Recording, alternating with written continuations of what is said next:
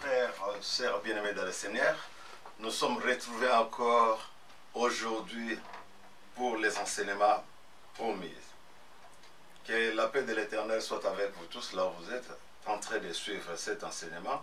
Comme je vous ai encouragé la fois passée, que si tu suis cet enseignement, cherche à informer aussi à ton frère, à ta sœur, afin que vous puissiez profiter à cette opportunité que l'Éternel vous a accordée. La fois passée, on a parlé sur les tabernacles. Et on avait essayé d'expliquer un peu sur l'introduction pourquoi l'Éternel a instauré à Moïse, il a dit à Moïse de construire les tabernacles dans le désert. Pourquoi? Pour quelle utilité? Pour quel avantage? Et pourquoi Dieu voulait que cela soit ainsi? Mais que la paix de l'Éternel soit avec vous. Éternel Père de gloire, accorde-moi encore une fois la sagesse, l'intelligence, afin de parler, d'enseigner, d'éduquer, de corriger ton peuple. Seigneur, sans ta parole, nous ne sommes rien. C'est pour cela que tu as tout créé par la parole. Dans le nom de Jésus. Amen. Amen, amen, amen. Que l'Éternel te conduise encore une fois. Si tu peux prendre un stylo, un bout de papier pour suivre cet enseignement. Je vous ai dit dernière fois, si vous ne profitez pas dans vos églises, ce n'est pas que le pasteur ne peut pas et n'a pas la connaissance de les faire, non, loin de là. Comme je dis, peut-être il n'y a pas le temps, il n'y a pas des opportunités qui se présentent, mais Dieu, par son amour, m'a dit de faire cela en ligne, afin que partout où tu seras, que tu profites pour suivre cet enseignement sur les tabernacles de Moïse. La fois passée, on a parlé sur les leçons premières, le point est les tabernacles de Moïse. Dieu désirait habiter au milieu de son peuple à travers les tabernacles. Donc les tabernacles étaient un lieu que l'Éternel a décidé lui-même de descendre habiter au milieu de son peuple. Mais quelque chose qui était très important qu'on avait dit, combien de fois Dieu est bon. La grâce de l'Éternel n'a pas commencé dans la naissance de Jésus. Mais Dieu a commencé à faire sa grâce depuis. Premièrement, on a vu dans le jardin d'Éden combien de fois Dieu a manifesté son amour d'accorder encore une fois sa grâce dans la vie de son peuple. Dieu, 3 fois saint que la Bible déclare, décida d'habiter au milieu d'un peuple pécheur par les moyens des tabernacles. Et on avait dit, Dieu a habité au milieu de son peuple à travers les tabernacles, à travers les temples de Salomon, qui étaient aussi comme tabernacle. Même façon, la construction était presque la même. Mais la différence était, les tabernacles de Moïse dans le désert, c'était temporaire. Plutôt, les temples de Salomon, c'était permanent. Aujourd'hui, nous allons voir les points 2. Les tabernacles est produit des types de Jésus-Christ et de l'Église. Les tabernacles est le type du Seigneur Jésus-Christ. Là, nous allons comprendre par détail que Jésus-Christ, dans l'Ancien Testament, c'était les tabernacles. Donc les enfants d'Israël étaient avec Jésus par les moyens du tabernacle. Quand nous lisons dans le livre de Hébreux, chapitre 9, apôtre Paul se réfère sur l'adoration. Comme on a dit la dernière fois, que le tabernacle était un lieu d'adoration. Et dans cet enseignement, nous avons bien compris le tabernacle de Moïse. Mon frère, ma soeur, même la façon que tu vas adorer l'Éternel sera différente que la personne qui ne connaît pas les tabernacles. Car les tabernacles étaient le type du Seigneur Jésus-Christ. C'est pour cela l'apôtre Paul définit et clarifie dans le livre des Hébreux, chapitre 9, que les tabernacles est le lieu d'adoration. Il nous dit que c'est une figure pour les temps actuels. Les tabernacles au temps actuel, c'est le Seigneur Jésus-Christ. Dans le verset 9, dans le livre d'Hébreux chapitre 24, Hébreux chapitre 24 et chapitre 9, verset 24, apôtre Paul explique que Christ, le vrai grand prêtre, n'entre pas dans les lieux saints faits de mains d'hommes, qui sont les figures du vrai. Mais dans les ciels même, dans le tabernacle de Moïse, nous allons voir les prêtres entrer une fois dans les lieux saints des saints. Mais aujourd'hui, Jésus-Christ est entré dans le ciel qui n'est pas construit par les mains d'hommes. Alors que les souverains sacrificateurs à l'époque de Moïse rentraient dans les lieux saints, alors que le tabernacle a été construit par les mains des hommes. Nous verrons dans les leçons à venir que le tabernacle n'était pas seulement un type de la personne du Seigneur Jésus, mais que chaque article de meuble est une leçon décrivant quelque phase du travail de Christ pour l'homme. Donc ce n'est pas seulement le tabernacle en général qui est le type du Seigneur Jésus-Christ, mais chaque ustensile, chaque chose qui était dans le tabernacle typifiait quelque chose. Car tout ce que l'Éternel fait a toujours de l'utilité. C'est pour cela, comme la Bible dit, nous n'allons pas négliger notre vie. Ne négligez pas ton corps, car chaque partie de ton corps est utile. Et essayez même de voir, tu peux avoir même mal dans ton doigt. Cela pourra affecter tout ton corps. Car tout ce qui était dans les tabernacles de Moïse, depuis la porte jusqu'au bout, chaque chose, même les clous, étaient utiles. Cela typifiait quelque chose pour notre vie. Alors, mais dans le livre de Hébreux toujours, chapitre 9, verset 2 à 11, chapitre 10, verset 1er, dans le livre de 1 roi, chapitre 8, verset 27 à 30, un nombre de déclarations faites sur les temples montrait clairement que les tabernacles et les temples sont tous les deux types de Christ.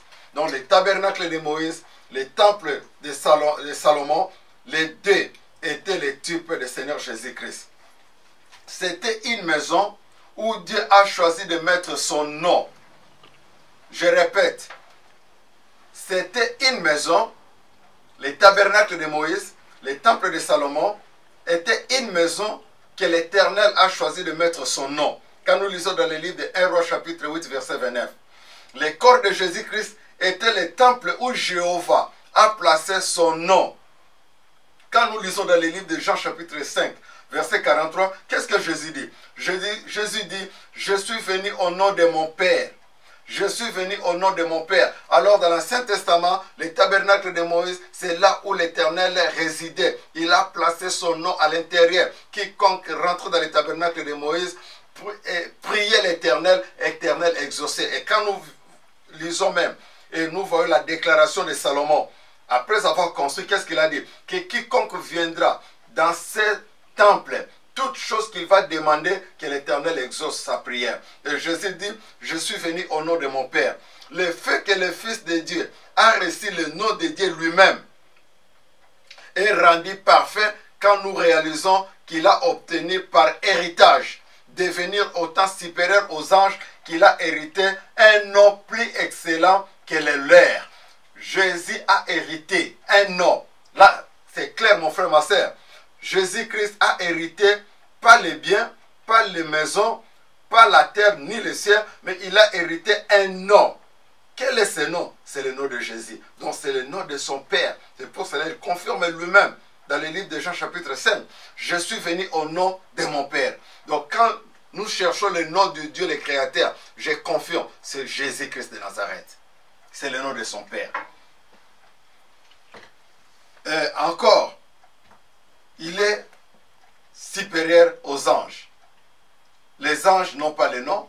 On ne peut pas demander quelque chose au Père au nom des anges, mais toute chose nous allons demander au Père au nom de son Fils, Jésus-Christ de Nazareth. Les hommes devaient prier vers les temples. Et là, nous allons développer. Toute tribu venait dans les tabernacles de Moïse pour prier. Et à l'époque de Salomon, le peuple d'Israël venait dans les temples pour prier. Dans le livre de 1 Roi chapitre 8 verset 30, daigne exauce la supplication de ton serviteur et de ton peuple d'Israël. Écoute la déclaration. Exauce la prière de ton peuple. Lorsqu'ils prieront en ces lieux, ceci illustre selon les types que si nous souhaitons trouver Dieu, nous devons prier vers son actuel lieu d'habitation. Alléluia. Son lieu d'habitation. car nous pouvons seulement gagner l'audience auprès de Dieu lorsque nous le cherchons à travers de son Fils. Mais aujourd'hui, nous partons vers le Fils pour prier l'Éternel. Quiconque ne parte pas vers le Fils pour prier, l'Éternel n'exaucera jamais sa prière. Mais quiconque va vers le Fils pour prier, automatiquement l'Éternel descend. C'est pour cela qu'il dit dans sa parole, toutes choses que vous demanderez au Père en mon nom, je vous les donne. Il dit, je vous les donne. Quand vous demandez au Père, le Père exauce, Jésus te donne. Mais quand tu ne demandes pas au Père en son nom, il ne va pas te donner. Et car le Père écoute l'intercession de son Fils, qu'il va intercéder pour toi et moi pendant que nous avons des problèmes. Car nous pouvons seulement gagner l'audience auprès de Dieu lorsque nous cherchons à travers de son Fils, Jésus-Christ. Nul ne vient au Père que par moi. On ne peut pas aller auprès du Père sans passer par le Fils. Et à l'époque, dans l'Ancien Testament, on ne peut pas aller voir la gloire de Dieu dans le Shekinah si on ne passe pas par la porte des tabernacles. Or, la porte typifiait automatiquement Seigneur Jésus-Christ qui dit, je suis la porte. Et en passant par la porte, il y a des ustensiles que nous allons rencontrer avant d'aller dans les liens de Shekinah, dans les liens saints des saints. Donc Jésus est les moyens par lesquels nous allons passer pour voir la gloire de l'Éternel. Bien que Dieu habitait dans les temples, mais tout Dieu n'était pas là. Bien que Dieu habitait dans les tabernacles, mais tout Dieu n'était pas là. Dans le livre de 1 Roi chapitre 8, verset 27, mais quoi? Dieu n'habitera-t-il véritablement sur la terre? C'est une question. Voici les cieux des cieux ne peuvent te contenir. Combien moins cette maison que je t'ai bâtie, bien que la plénitude de l'autorité de Dieu habite en Jésus-Christ. Colossiens chapitre 1, verset 2 à 9, Dieu est esprit. Dieu est esprit et il remplit l'univers. Il est partout. Peut-être quelqu'un pouvait me contredire pour dire que non et poser la question. Nous disons Dieu est partout. Comment Dieu a habité dans les tabernacles alors que c'est que d'autre côté Dieu n'était pas. Et d'autres personnes pourront dire, vous dites que Jésus est le lieu que Dieu habite. Donc si Jésus était à Jérusalem, c'est que dans d'autres villes, ils n'ont pas Dieu. Non. Dieu habitait dans le corps de Jésus comme les temples. Mais Dieu est aussi partout parce qu'il est omniprésent. Les tabernacles ont aussi donné comme un type de plan de salut de Dieu. Les sacrifices offerts dans la cour montraient que Dieu ne pouvait pas habiter parmi un peuple pécheur, sauf sur les sols expiés par les sangs. Dans le plan de salut de Dieu, aucun pécheur ne peut approcher de Dieu que s'il reconnaît le sang de son sauveur comme une expiation de ses péchés. Nous allons aussi considérer dans les leçons suivantes de nombreuses voies selon lesquelles le tabernacle est le type de l'Église et ses membres. Mon frère, ma soeur, ce que je te dis, c'est très important. C'est quelque chose que nous devons comprendre d'état chrétien. Parce que tu ne peux pas habiter dans une maison si la fondation n'était pas bonne. Il y a des fois, nous nous contentons avec les tôles, avec les bétons, mais sans pour autant savoir, avant que cela arrive à ce niveau, ils avaient commencé quelque part. Il faut que la fondation soit solide. Et à chaque fois, nous disons, le christianisme, les chrétiens d'aujourd'hui, nous avons des problèmes parce que nous avons sauté directement l'étape de la délivrance, des guérisons, des bénédictions, de toutes les bonnes choses que nous espérons. Mais il y a des choses que nous avons sautées. Car, après avoir gagné des maisons, après avoir été guéris, après avoir été bénis financièrement, mais après cela, tous nous cherchons la vie éternelle. Et nous n'irons pas au ciel avec des voitures. Et prévenez, même Lazare était ressuscité de sa mort par Jésus-Christ. Mais aujourd'hui, qui peut me dire là où Lazare se trouve? Donc pour dire qu'après, il était toujours mort. Alors, qu'est-ce que cela me servira? Je suis ressuscité et tu es retourné encore à la mort. Non, mais Dieu a voulu confirmer que en lui, la mort n'a pas de pouvoir. Donc même si tu meurs aujourd'hui, si tu es Seigneur Jésus-Christ, tu seras ressuscité comme Lazare. Et je ne veux pas te pousser seulement à chercher des biens matériels. Je ne veux pas te pousser seulement à aller à l'église pour être béni, mais aller plus à l'église pour chercher le royaume des cieux. Or, pour chercher le salut, il faut commencer par les commencements. C'est pour cela on a plus pensé, que l'Éternel a plus voulu que nous puissions commencer sur les tabernacles, car dans le tabernacle, c'était d'abord le plan du salut. Les enfants d'Israël ne pouvaient pas voir la gloire de l'Éternel s'ils ne passent pas par la porte, s'ils ne voient pas l'autel des reins, là où ils pouvaient se sacrifier, s'ils ne passent pas par la cuve des reins, là où ils devraient se nettoyer. Tu vois? Alors, il faut passer par étape, jusqu'à entrer dans les lieux saints, là où tu vas voir le table de proposition de pain, là où tu vas voir les chandeliers, là où tu vas faire l'adoration, et après cela, les sacrificateurs vont prendre ta prière qui aura une bonne odeur, amenée auprès de l'Éternel dans les lieux de Shekinah, là où il y avait l'arche de l'Alliance. Mais aujourd'hui, les chrétiens sautent les étapes. Tu veux seulement voir la gloire de l'Éternel, et sans pour autant savoir, pour voir la gloire de l'Éternel, il faut passer par la souffrance. Pour voir la gloire de l'Éternel, il faut aller étape par étape. Toi, serviteur de Dieu, tu veux que les gens t'élèvent, tu veux que les gens te glorifient. Non, oui, c'est bien, car Dieu a promis. Mais il faut aller étape par étape. Tu sers dans ton église, il faut servir étape par étape. Ne sautez pas des étapes, sinon tu risques de sauter pour retourner encore en bas. Il y a beaucoup de serviteurs qui ont fait des tapages, qui ont fait des noms, qui ont fait des succès. Mais aujourd'hui, on ne les attend plus jamais. Pourquoi? Et moi, j'ai conclu parce qu'ils avaient sauté des étapes. Alors, un chrétien va étape par étape si l'Éternel te donne encore la vie. Donc, un jour, c'est pour que tu puisses avoir l'enseignement. Alors, le tabernacle et la cour extérieure. Nous voulons parler de la cour extérieure. Les alentours du tabernacle étaient ce qu'on appelait la cour. Donc avant de rentrer dans le tabernacle, il y avait la cour. La cour était aussi clôturée. Mais dans la cour n'était pas le tabernacle. Mais en dehors du tabernacle, à l'extérieur du tabernacle, il y avait la place qu'on appelait la cour. La cour était de 45,72 mètres sur 22,86 mètres. Avec une ouverture du côté est. Donc il n'y avait qu'une seule ouverture du côté l'est, appelée la porte. Donc pour dire le tabernacle tout entier n'avait qu'une seule porte à la cour. Donc tu viens de l'est, est, ouest, nord, tu es obligé de passer par l'est, voir la porte qui te permettra de rentrer maintenant dans la cour. Et tous les peuples étaient permis de venir dans cette cour. Tout le monde était permis d'aller à la cour. La clôture était faite de lin blanc. Donc la cour était clôturée. Comme je dis, au nord c'était clôturé, à l'ouest c'était clôturé, au sud était clôturé, mais à l'est c'était clôturé avec une petite porte qui permettait au peuple de rentrer à la cour. Et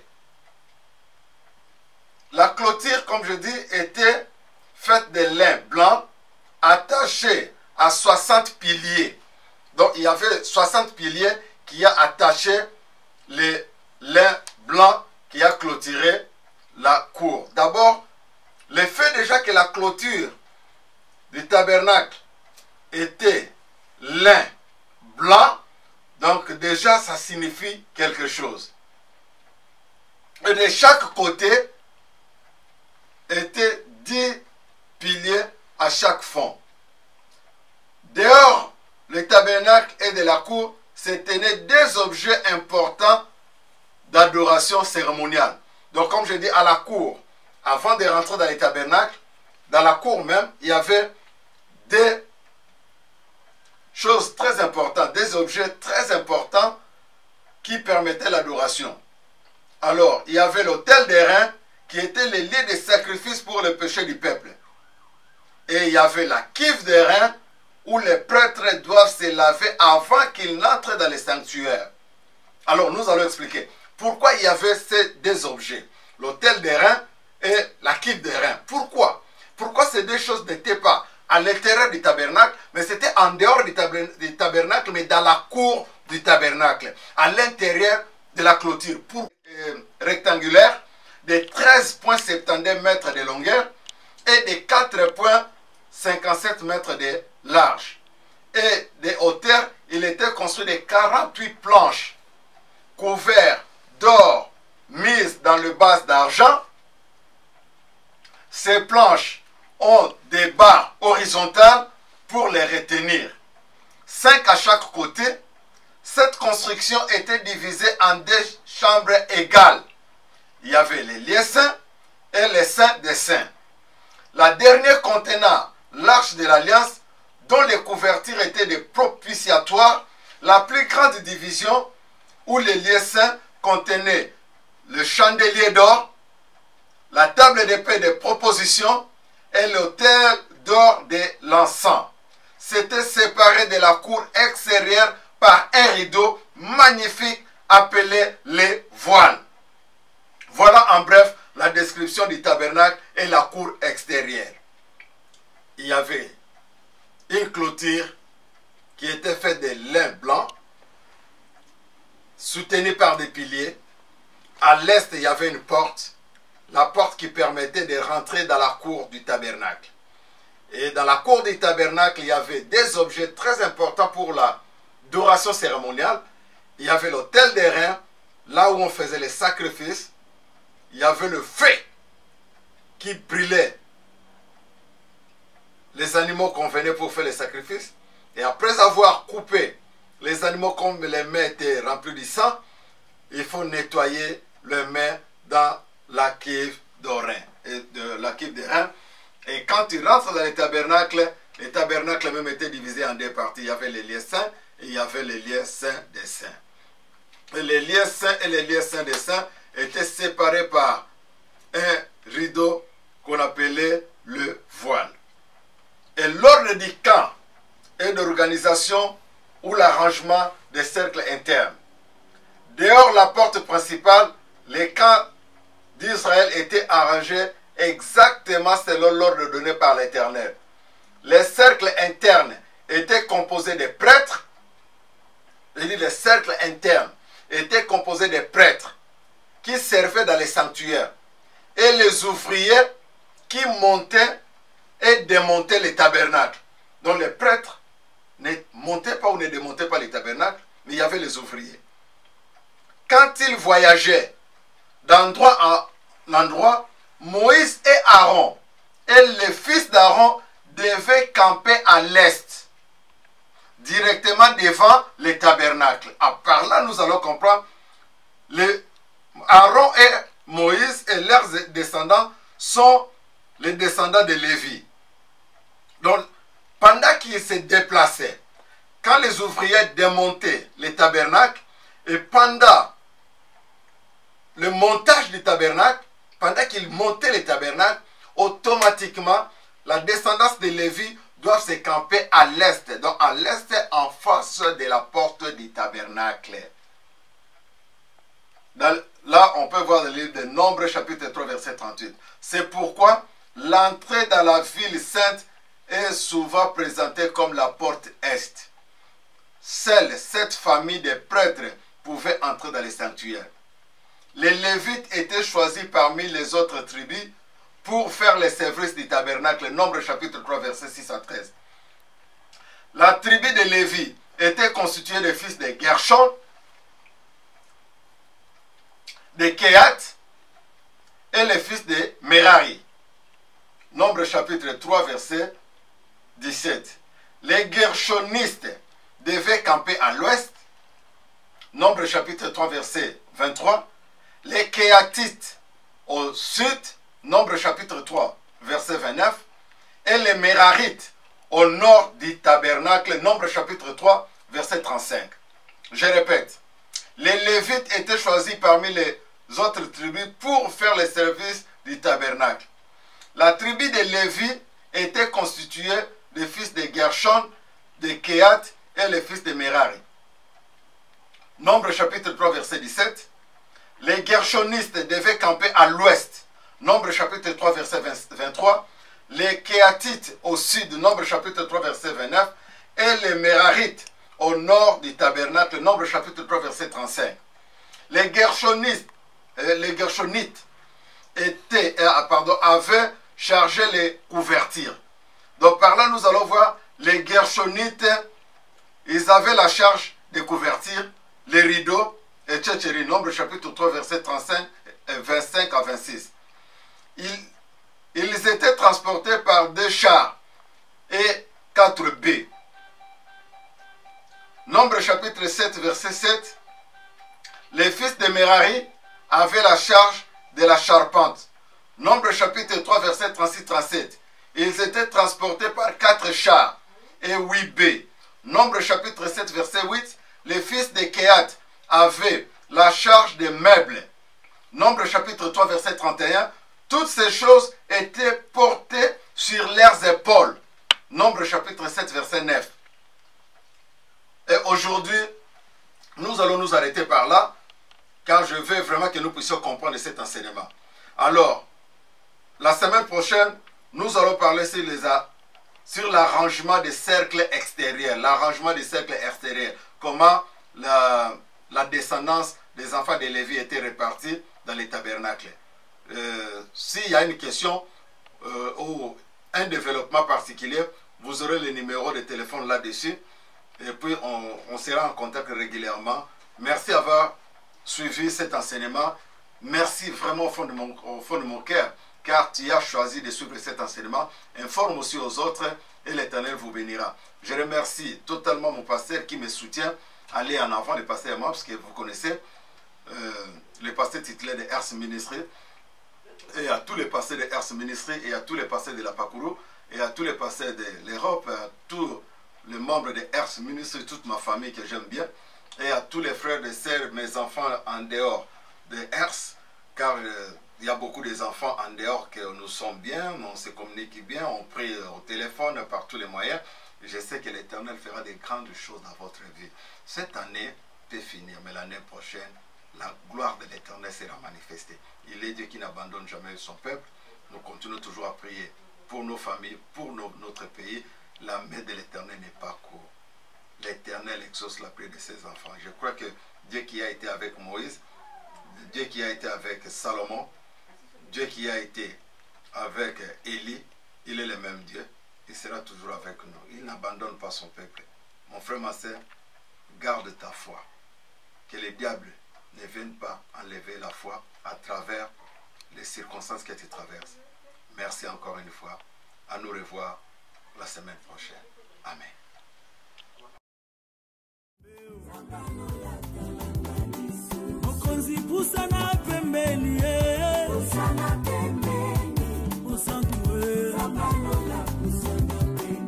Zambi wa bishima pusana pembeni yawe